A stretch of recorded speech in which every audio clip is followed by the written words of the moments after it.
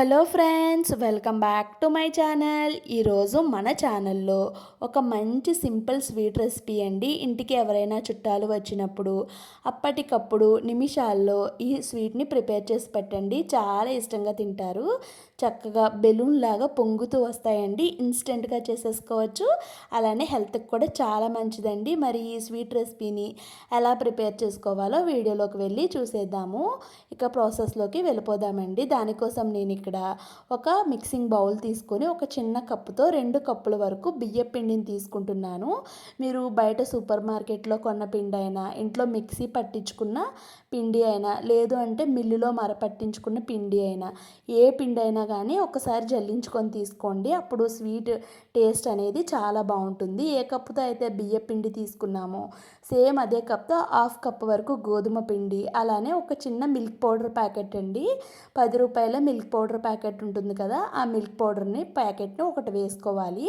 అలానే మనం ఏ కప్పుతో అయితే బియ్య పిండి తీసుకున్నామో సేమ్ అదే కప్తో 3/4 కప్పు వరకు పంచదార వేసుకోవాలండి.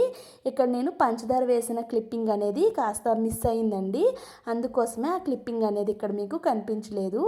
ఏదైనా స్వీట్లో కొంచెం సాల్ట్ వేసుకోవడం వల్ల టేస్ట్ బ్యాలెన్స్ అయ్యి చాలా బాగుంటుందండి. ఇప్పుడు మనం ఏ కప్పుతో బియ్య పిండి తీసుకున్నామో సేమ్ అదే కప్తో 2 కప్పుల వరకు గోరువెచ్చటి నీళ్లు వేసుకోవాలండి. ఇలా వేడి చేసి నీళ్లు వేసుకోవడం వల్ల ఈ పిండి అనేది చక్కగా వెంటనే నానిపోతుందండి. మనం నానబెట్టాల్సిన పని ఉండదు.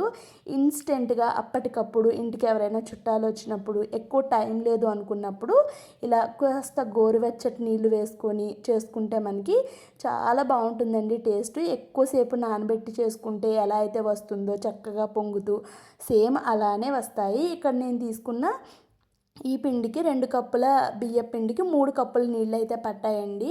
పిండిని బట్టి ఒక్కొక్కరికి కొంచెం ఎక్కువ తక్కువ అయితే పడతాయి. కాస్త నీళ్ళు మిగిలిపోయినాయి, కానీ ఇక్కడ 3 కప్పులు అయితే నీళ్లు పట్టాయండి. ఇప్పుడు మూత పెట్టి 1 నిమిషం పాటు పక్కన పెట్టేశాను.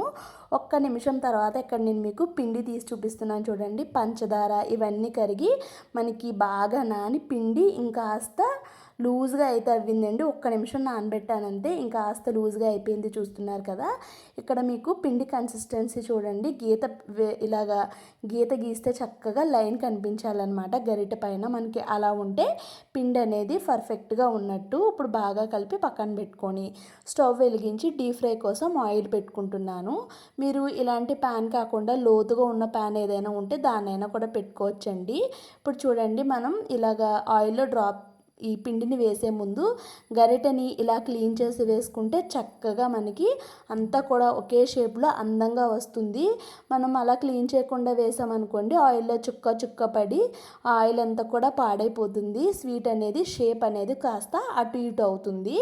ఆయిల్ బాగా హీట్గా అయిన తర్వాత మాత్రమే మనం ఇవి వేసుకుంటే చక్కగా బెలూన్ పొంగినట్టు పొంగుతాయండి. దీంట్లో మనం ఎటువంటి వంట సోడా కానీ, బేకింగ్ సోడా కానీ ఇలాంటివి ఏమీ వేయలేదు. చక్కగా పొంగుతూ ఎంత బాగా వచ్చాయో చూస్తున్నారు కదా.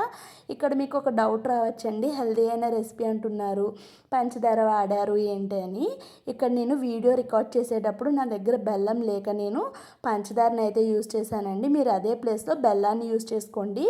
బెల్లం యూజ్ చేయడం వల్ల హెల్త్కి అయితే చాలా మంచిది. పంచదార అయితే హెల్త్కి అంత మంచిది కాదు కదండి. మీరైతే బెల్లాన్ని యూజ్ చేసుకోండి. కాస్త నీళ్ళు వేసి బెల్లం పాకం పట్టుకొని ఆ పాకాన్ని మనం ఈ పిండిలో కలిపేసుకుంటే సరిపోతుంది. చాలా టేస్టీగా ఉంటాయండి. సింపుల్గా కూడా అయిపోతుంది. వీడియో నచ్చితే వీడియోకి లైక్ చేసి ఛానల్ని సబ్స్క్రైబ్ చేసుకోండి.